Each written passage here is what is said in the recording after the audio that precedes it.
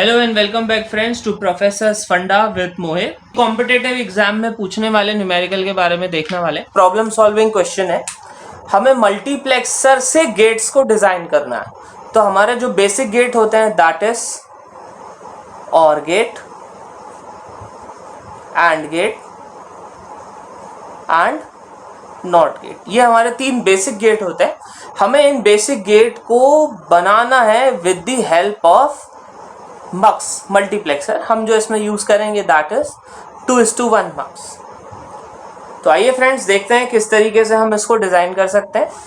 तो हमारे पास जो इक्वेशन अवेलेबल है 2:1 मक्स की, दैट इज एस अगर सिलेक्शन वेरिएबल है तो एस बार एक input I0 plus S I1। इसको ड्रॉ कर लेते हैं।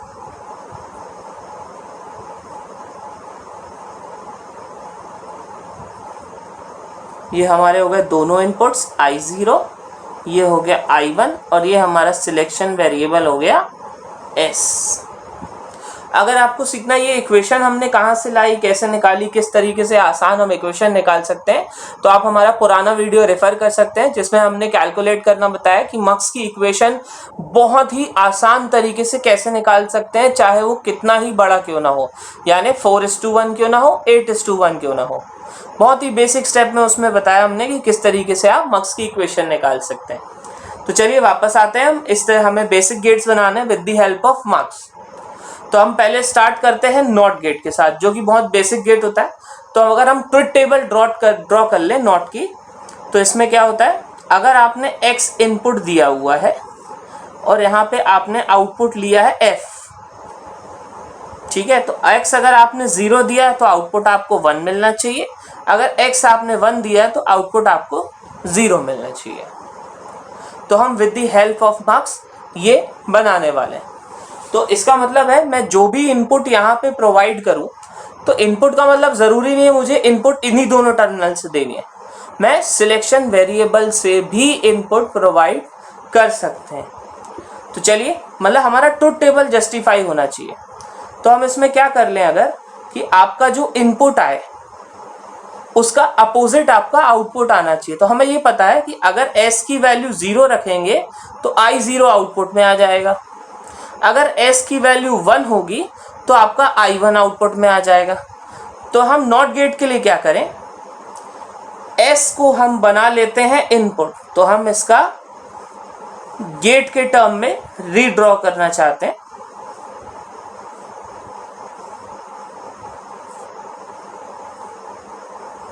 अब बस यहां देखिए, हमने जो s था इसको मान लिया इनपुट x, हमने जो s था इसको मान लिया है इनपुट x। हम नॉट गेट के बारे में देख, x को मान लिया इनपुट x क्योंकि इसमें एक ही इनपुट होता है। फिर हमने I0 की जगह वैल्यू रख ली है 1 और I1 की जगह वैल्यू रख ली है 0। मतलब बाय डिफॉल्ट ये वैल्यू हमेशा सेम रहेंगी, ये हमेशा 1 रहेगा, ये हमेशा 0। इसको ऐसा भी कर सकते हैं कि ये हमने इसको VCC से जोड़ दिया और ये वाले पार्ट को हमने ग्राउंड से जोड़ दिया। बोथ थिंग्स रिप्रेजेंट सेम, ठीक है। तो मैं इसको फिर से मिटा दे रहा हूं। तो हमने जो I0 का वैल्यू है इसका परमानेंट 1 रख लिया है और I1 की वैल्यू को परमानेंट 0 रख लिया। तो चलिए प्रूफ करके देखते हैं कि ये नॉट गेट की तरह काम कर रहा है कि नहीं। तो जब हम x की वैल्यू यानी इनपुट की वैल्यू बराबर देंगे 0 के, तो आउटपुट क्या मिलना चाहिए 1। तो यहाँ देख लें, तो जब x की वैल्यू 0 होती है यानी s की वैल्यू 0 होती है तो हमारा कौन सा इनपुट I0 आउटपुट में मिलता है। तो यहाँ पे जो आपका I0 है इसकी वैल्यू 1 है, तो आपको आउटपुट में क्या मिलेगा 1। यानी x की वैल्यू 0 रखने पे आपको जो आउटपुट f मिल रहा है दैट इज इक्वल्स टू 1। फिर से ट्राई कर लेते हैं, x की वैल्यू जब 1 रखेंगे हम, ठीक है, उसी प्रकार से जब यहाँ पे S1 होता है तो I1 आउटपुट में चला जाता है। तो यहाँ पे I1 की वैल्यू क्या है 0, तो नेक्स्ट वैल्यू 1 पे क्या आ जाएगी 0। तो आप देख लीजिए, जब x 0 देते हैं तो आउटपुट 1 आता है, x 1 देते हैं तो आउटपुट 0 आता है। ये जस्टिफाई करता है नॉट गेट के ट्रुथ टेबल को। यानी हम कह सकते हैं मल्टीप्लेक्सर 2x1 में अगर हम ये कंडीशन रख दें कि I0 1 रख लें और I1 को 0 रख लें परमानेंटली और X को एज अ इनपुट माने जिसकी वैल्यू 0 और 1 रखेंगे तो हमको क्या मिलेगा, नॉट गेट का फंक्शन मिलेगा। यानी ये मार्क्स अब सिमिलर वर्किंग में है एक नॉट गेट के।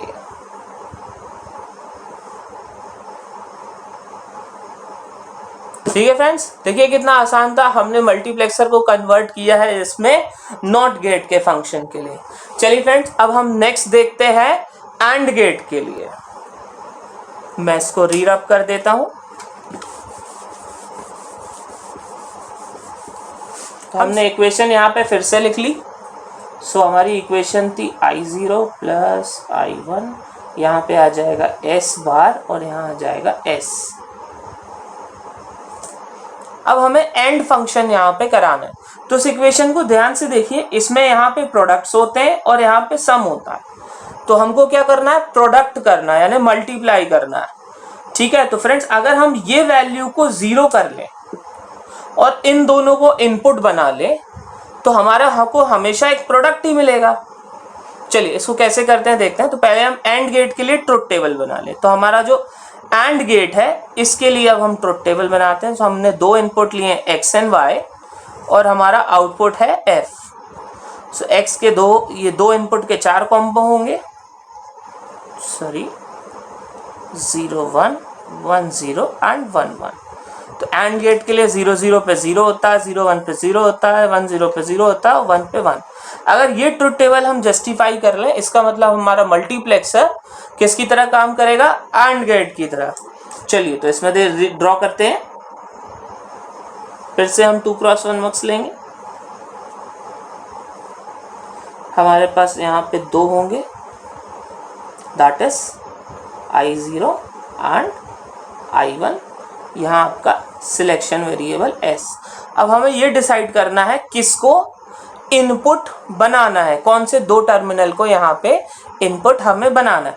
तो हमने यहाँ देखा कि अगर हम इस टर्म को 0 कर ले तो ये हमारा प्रोडक्ट की तरह काम आएगा, यानी एक इनपुट आपका S हो जाएगा और अदर इनपुट आपका I हो जाएगा। तो चलिए हमने S को रिप्लेस यहाँ पे कर देते हैं X इनपुट से और I1 को रिप्लेस कर देते हैं यहाँ Y इनपुट से। अब मैं इसको यहाँ रब कर देता हूँ। तो ये S gone now X और I1 is equals to Y। लेकिन हम इसका क्या करेंगे I0 का, क्योंकि इस प्रोडक्ट को हमेशा क्या होना है, 0 होना है। तो हम जो I0 की वैल्यू है इसको परमानेंट कर देंगे 0।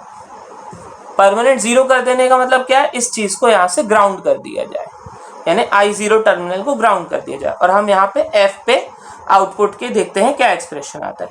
तो चलिए पहले ये वाला हिट करके देखते हैं, यानी X की वैल्यू अगर 0 है, ठीक है, और Y की वैल्यू भी अभी क्या है 0, तो आउटपुट क्या आएगा। तो हमें पता है कि X यानी S 0 कंडीशन पे I0 आता है आउटपुट में, इसका मतलब ये हमेशा क्या आएगा 0। तो when X and Y are 0 output is 0। तो हमारी फर्स्ट कंडीशन सेटिस्फाई होती है। अब हम सेकंड कंडीशन ट्राई करते हैं, यानी X की वैल्यू 0 रहेगी और Y की वैल्यू 1 रहेगी। तो ये हमने Y की वैल्यू यहाँ पे क्या रख दी है 1 और X की वैल्यू है फिर से 0। अगर ये 0 है तो I0 की वैल्यू आउटपुट में आ जाती है, इसका मतलब फिर से आउटपुट क्या आया 0, यानी 0 1 पे भी आउटपुट क्या है 0। हमारी ये कंडीशन भी जस्टिफाई होती है।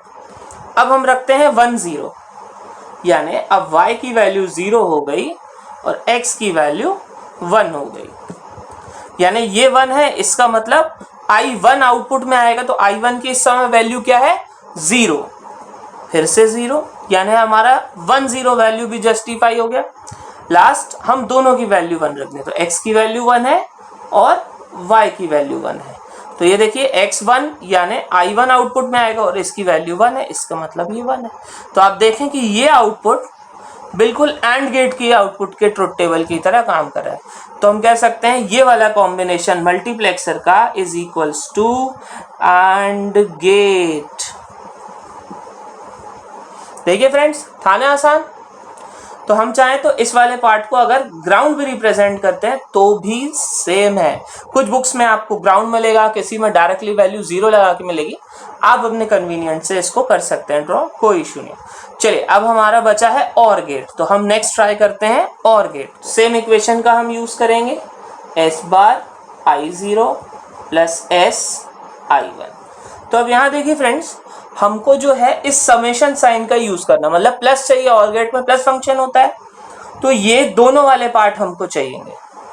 तो इसमें s तो कॉमन है, ठीक है, I0 और I1 का हमको इसमें ये देखना है क्या वैल्यूज रख सकते हैं। तो चलिए फिर से ड्रॉ, पहले अपन इसकी और की ट्रुथ टेबल बना लेते हैं। तो हमारे पास दो इनपुट्स हैं x y and output is f। चार कंडीशन सिमिलरली 0 0 0 1 1 0 एंड 1 1। तो और गेट क्या बोलता है 0 1 1 1, है ना फ्रेंड्स। तो ये हमारा ट्रुथ टेबल है और गेट का। चलिए अब इसको मक्स से ड्रॉ करते हैं। तो हमने मक्स को ड्रॉ कर लेना है।